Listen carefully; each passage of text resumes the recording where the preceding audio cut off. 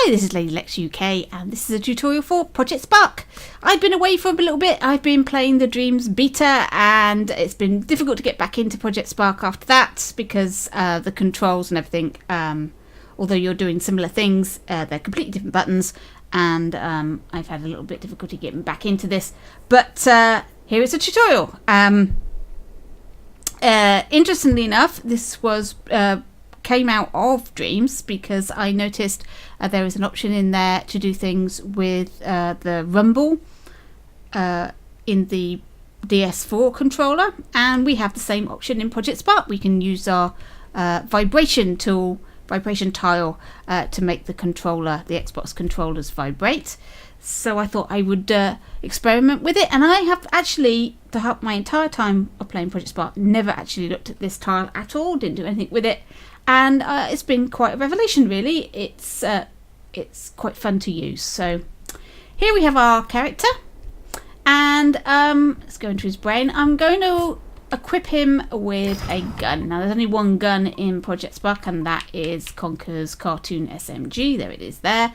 So I'm going to equip him with one of those, and I'm going to change the shoot mechanism from the Y button press to left trigger and right trigger.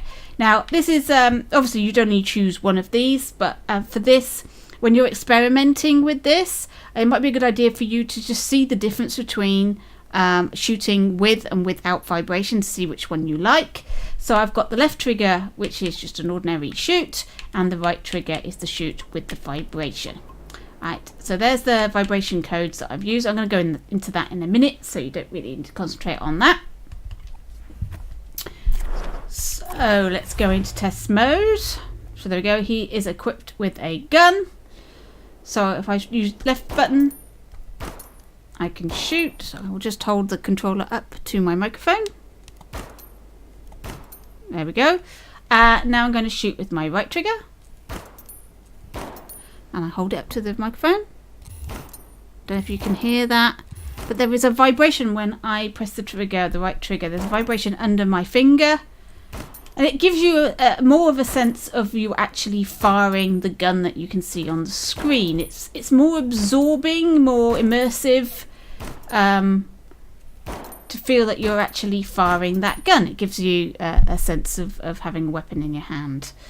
And I think it's pretty good. Right, so let's just delete this line and we'll put it in fresh so you can see where you do it. So right trigger shoot, so you indent here, and we go up to controls, and there's the vibrate button, and then modifiers. Now you've got options here to change the speed of the vibration, the duration, whether it's a light or a heavy vibrate, and you can also choose whether to vibrate the entire controller or just the triggers. Now we're just going to do the triggers for this because this is the gun that we're going to do, so we're going to do the right trigger vibrate, and I'm going to just leave it at that and show you why I've had to put in a duration. So there we go, there's our right trigger vibrate. When I press the button, can you hear that? It is vibrating a lot longer. It's vibrating for 1, 2, 1, 2, 1, 2. You see, it's vibrating for quite a long time before it stops, which doesn't really give you that sensation of it being the button. So we're going to put in a duration. So we're going to put duration. Whoops. Of 5 seconds in frames. 5 seconds, 5 frames. It's gonna vibrate for 5 frames. I found that with some experimentation that this is the best way of doing it. It might be up to you. You experiment with it yourself. Different timing. I find that if you do it in frames, you've got more control than if you do it in a matter of seconds, because you're going to be talking about 0.2 seconds, 0.3 seconds, something like that, because a duration of 5 frames in 30 frames per second animation, so that's what's that, 1/6 of a second that's going to vibrate for, and that's just enough time to give you the sense of firing that gun. Okay, so that's the use of it for a trigger. The other way that you can use it, here I have a little area. I'm going to stick a logic cube down. This is going to be a danger area. This could be somewhere where you've got lots of enemies, or maybe the player, there's something in this area that they need to find. Whatever it is, you might want the vibration on the controller to happen. So we're going to say when detect player, button controls, we're going to vibrate. And let's just go into this and have a look at the sensors. Oh, that's about right. There we go. I've got that roundabout in the right place, haven't I? Let's move it over a bit. There we go. There we are. That's the entire area now covered by its detect sensor. So now when my player walks over to that green area, there we go. My controller is vibrating. Now you'll notice when I walk out, it's not instantly stopping. So it's still vibrating now. There's a delay. Now we don't want that. We want it so that when you walk out, it's going to instantly stop. So what I'm going to try, I'm going to vibrate for 5 frames like we did before.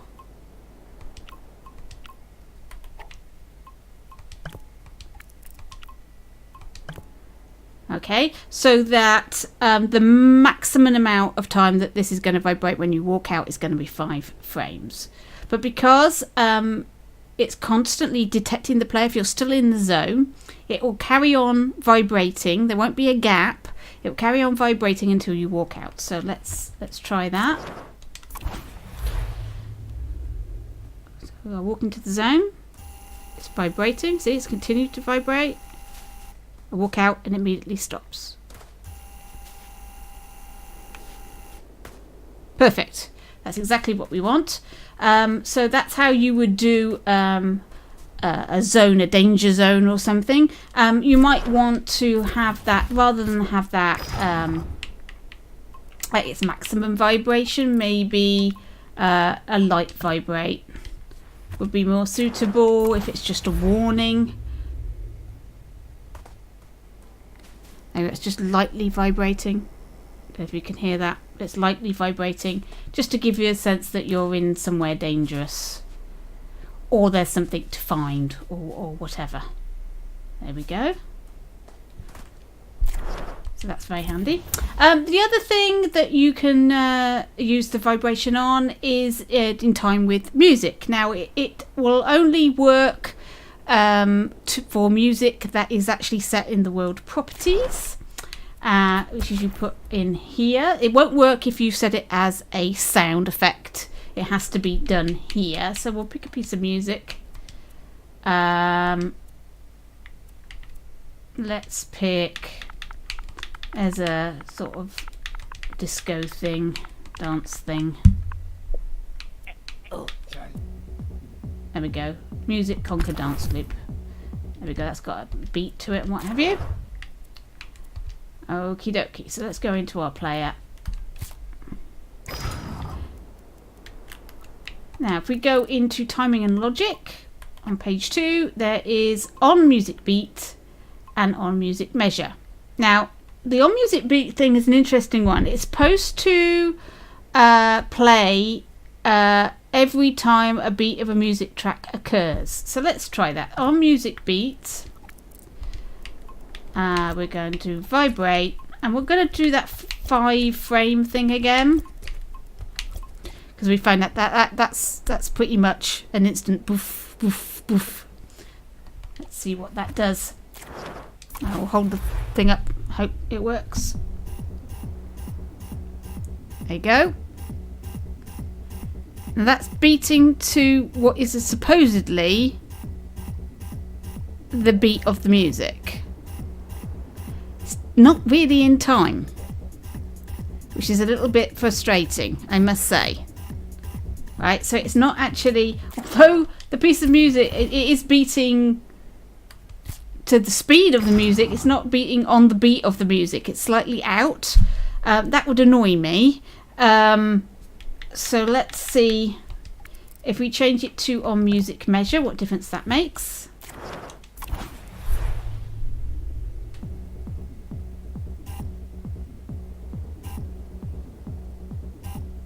Again, it's not on time with the music, but this is like every 1, 2, 3, 4. 1, 2, 3, 4. It's every fourth beat there.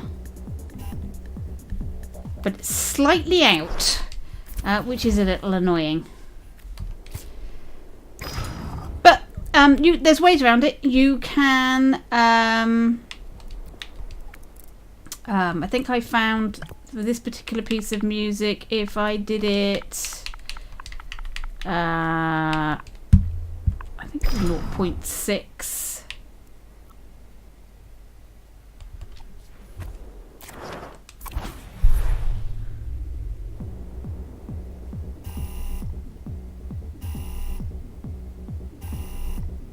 Yeah, it's sort of working.